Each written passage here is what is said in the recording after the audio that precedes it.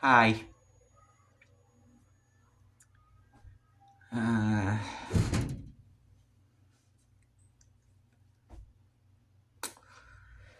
yeah, the title ain't a lie. Yeah, but this is probably the only one you're getting for a little bit longer. But Cryptid time. You can't tell, but I'm smiling. Um. Anyways, this one's going to be a fun one because it's a Russian cryptid. Um. Also, this is episode 73. We are so close to 100. You know what? I will make a 100 special for Cryptid time. Add 1,000 subscribers. Get us to 1,000 subscribers, please. Anyways, let me.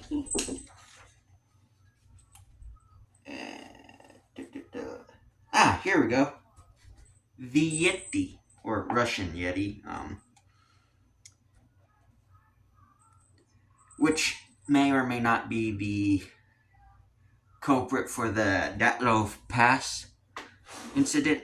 Also, please tell me if I'm pronouncing that right. Um, Maybe it'll. Hopefully, it'll talk. Yep. Okay, it will. So the Russian Yeti, described as a. Give me a second. There it is. Get this. Thank you. All right. The Russian Yeti, described as a large bipedal creature dwelling in cold areas. No, really? No, I'm sorry. I don't mean to sound like an ass, but we all know the Yeti as the abominable snowman. Ignore them.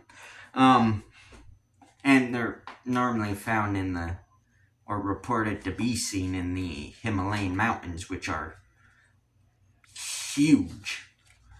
Anyways, the and hard to reach territories of Russia. One such creature is known as menk, or menk, or hairy forest giant.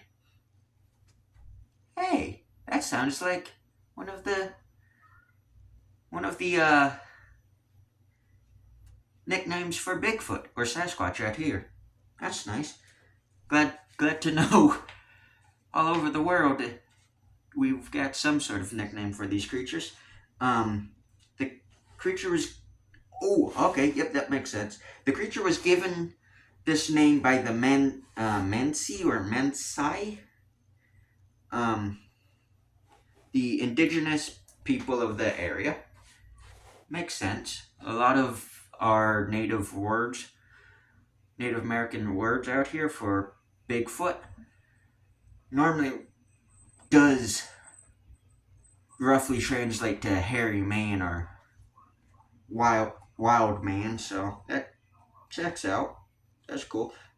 Anyways, Mansai, formerly called Volgul or Vogul, Western Siberian peoples, can be found living in the Obi River Basin area in central Russia territory. They speak what is called an Ob Ugric. Again, please forgive me for any mispronunciations. Um, Language of the Finno-Ugric. Okay. The creature is described as tall, standing in the range of 9 feet in height. Checks out. Covered with dark fur and extremely strong. Again, checks out. Many Mensai tribespeople have described an unusual whistling type of sound made by the creature when encountered. Are we sure this just ain't a skinwalker? Is it also at night when they whistle? Anyways, it said menk hunts deer and other animals in the area. Checks out, such as bear. Of course, a Russian. Give me a second. Of course, a Russian creature also fights bears. Go figure. Ay, ay, ay. What is it with Russians and fighting bears? Anyways, for nutrition. Again, what is it with Russian people and everything in Russia fighting bears? What did the bears do to them? Anyways. Oh yeah, menk is also suspect in one of the most bizarre and still to this day unsolved mysteries, the Datlov Pass incident on the night of February 2nd, 1959, in the area of the Ural Mountains, also known as the Mansai tribes people. Oh, yeah, also known to the Mansai tribe people as the Mountain of the Dead. Well, that's ominous. Um, anyways, 9 students at the Ural Polytechnic Institute, now known as Ural Federal University, met a gruesome and unexplainable fate. The group headed out in January, led by Igor Datlov. Right? Yep, Datlov. They packed up and set out on a hiking trip to the Ural Mountains with the target location of the Otorten Mountains. This hike would fall under a Category 3 hike, which means they would come across sections of rugged terrain, larger rocks, steep and shallow slopes. All the students were experienced hikers and skiers. This journey would bring its challenges, but nothing the experienced Russian students couldn't handle. It said on the night of the mysterious incident, they were only about 6 or 7 miles from their expected and well planned out location. It is said when the students stopped communicating and did not arrive back by the expected return date, search parties were deployed. When the first search party arrived, which is believed to be around 3 weeks after the tragedy, they found abandoned tents with much of their gear inside. Some of the items found consisted of boots, gloves, jackets, and tools. This was very odd considering these items could have been used by the hikers to help them survive. Strangely, there appeared to be deliberate cuts in their tents, which are believed and determined to have been made from the inside. Some say it was to be able to see outside from different angles. The tent doors were still zipped shut when their bodies were discovered.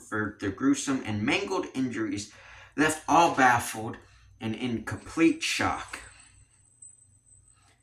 Many were unclothed in strange and unusual positions and locations. It said some had crushed skulls, some were missing eyes, while another was missing her tongue. I'm gonna stop right there. Again, this was in February.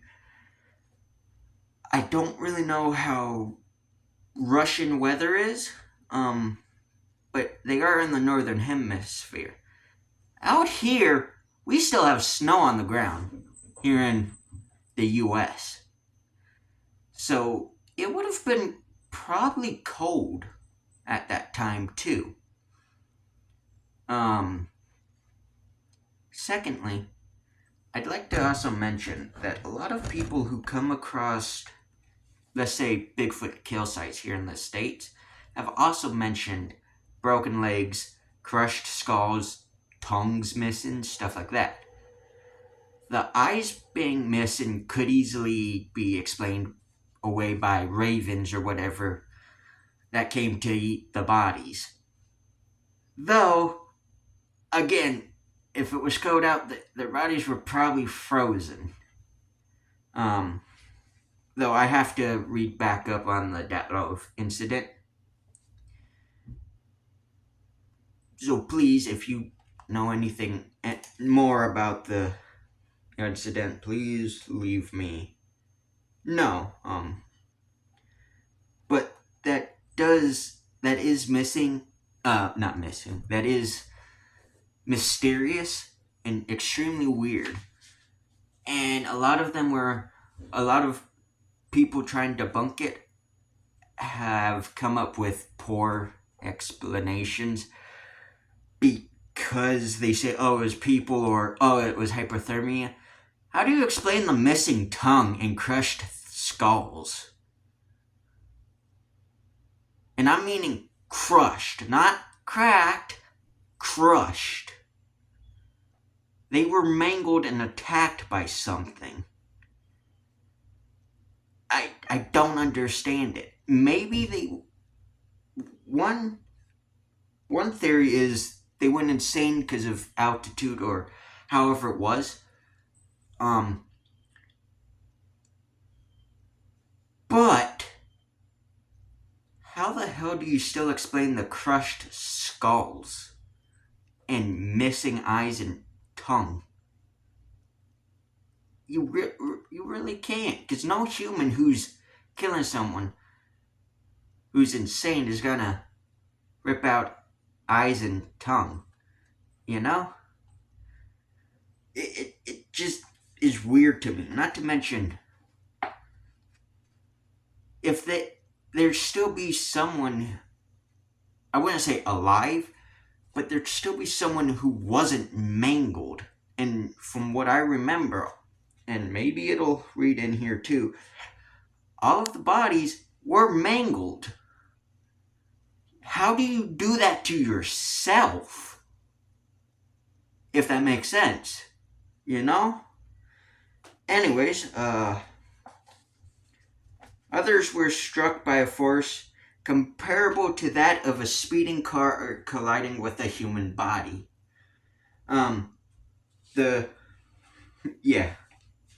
Here's another funny thing, too. The Russian government quickly closed the case. They gave an explanation stating the hikers died of hypothermia. Hypothermia doesn't do that to people. And that it was most likely an avalanche that caused the gruesome and repulsive scene. Nope. Because people who have been caught in avalanches are normally buried under the snow.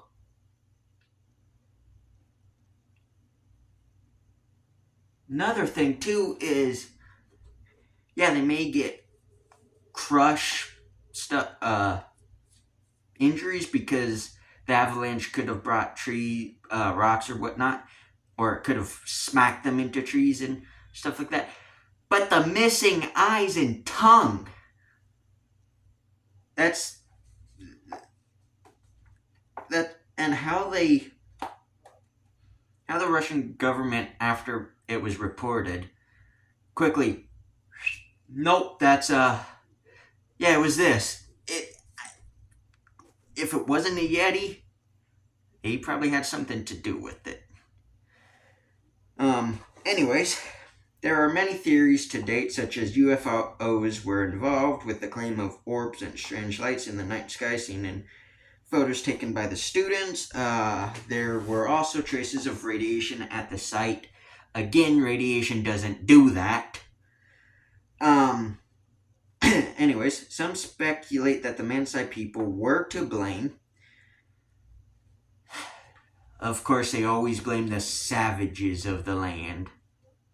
But even what I was remembering from reading some of the things that some Native Americans used to do to the colonizers when they were here. Many of the ones that would scalp people, that's all they did. They just scalped them. They didn't take eyes, none of that. And I don't know much about the Mansi people or Mansai people, but I do know a little bit about those, I guess you could say, people in that area.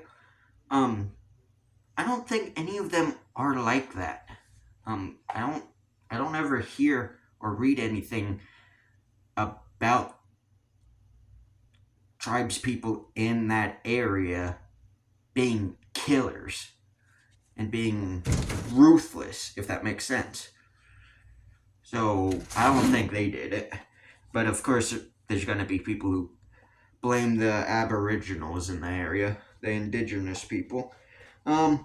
Anyways, a Russian missile testing or even a low wind pattern that generates a low frequency infrasonic sound that is so unpleasant. Some speculate that a few hikers could have been so affected by the unpleasant and irritating sound that they were pushed to a breaking point of insanity.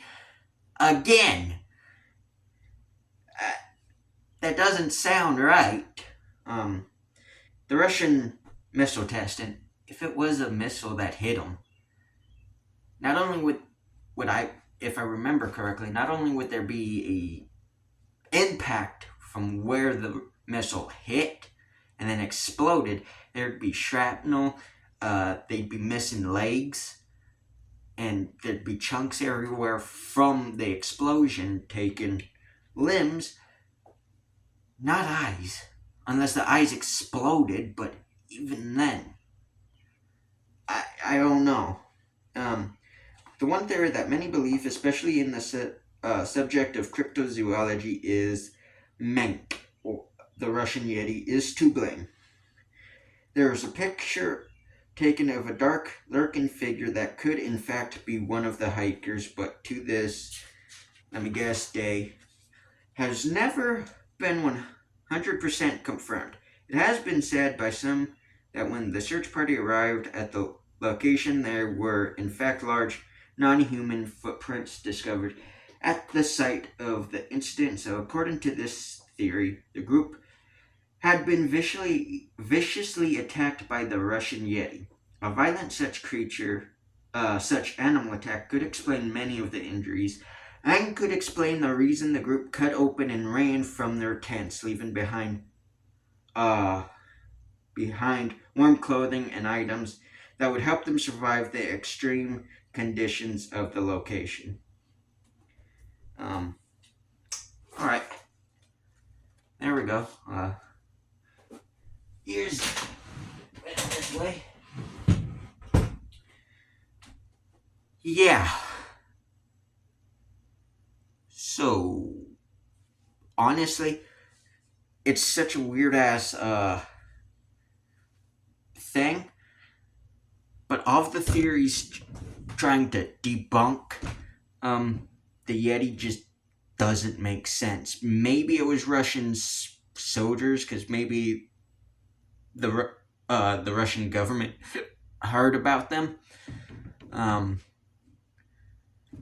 going there and decided, hey, let's kill them, or some crap like that, because maybe they had a base around there that was hidden or some crap like that. But I don't know, because that was, the Soviet Union was still up around that time, if I remember correctly. So maybe it was the Soviet Union that killed them. Just because how quickly they explained it away with, it was this. Yeah, we do not talk about that now.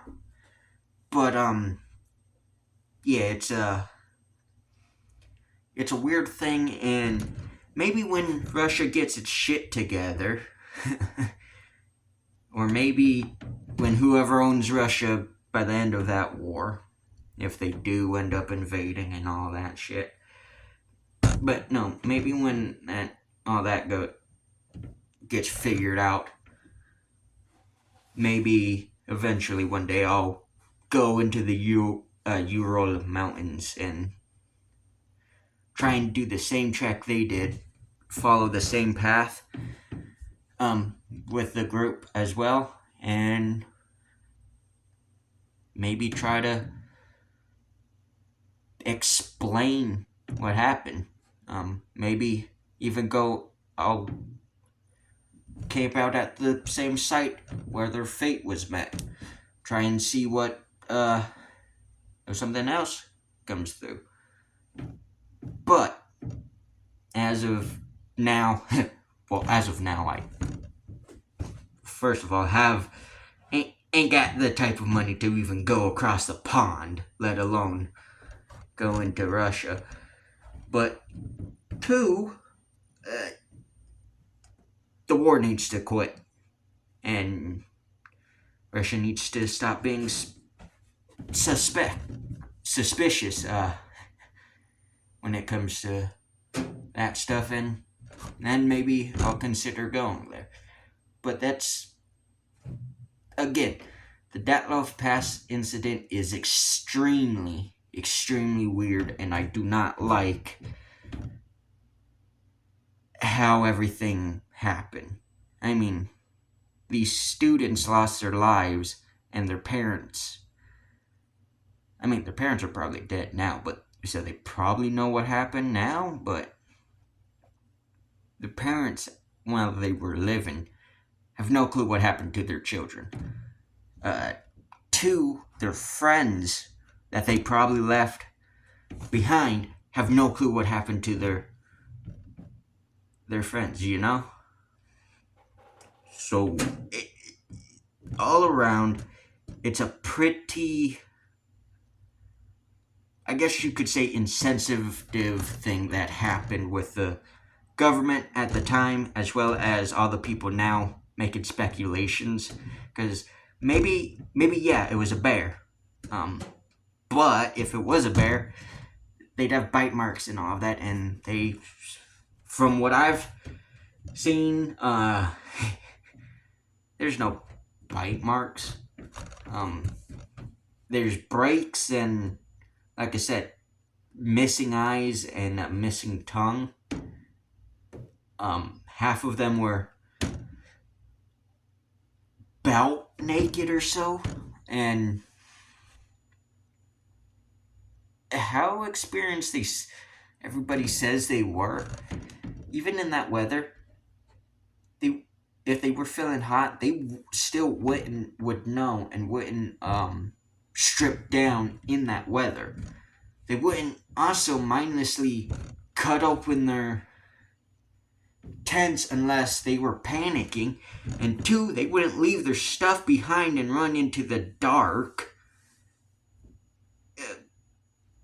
in those conditions, barely clothed. So whatever happened, whatever was tormenting them or whatever, they were scared, it seems. And I'd like to get to the bottom of it. I'd like to solve that mystery, but who knows? But yeah, this was a much needed video. So hope you enjoy this long cryptid time, and yeah, bye, I guess. Yeah, so until next time, I'll see you all on the next one. Bye.